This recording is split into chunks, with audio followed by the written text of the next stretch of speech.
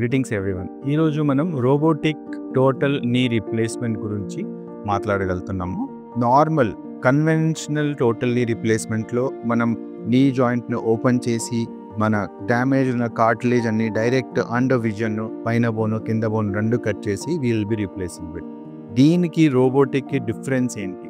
Robotic మనము we will be putting some pins thigh బోన్లో leg బోన్లో పిన్ పెట్టిన తర్వాత రోబో విల్ అసెస్ ఎగ్జాక్ట్ మనకి పైన జాయింట్ సెంటరు కింద జాయింట్ సెంటరు అన్ని ల్యాండ్ మార్క్ని అన్ని కరెక్ట్ అసెస్ చేసి మనం ప్లాన్ ప్రకారంగా ఎంత కట్ చేయాలి to the point minutest even 0.1 mm difference లేకుండా కూడా robo will help us in giving precise cuts.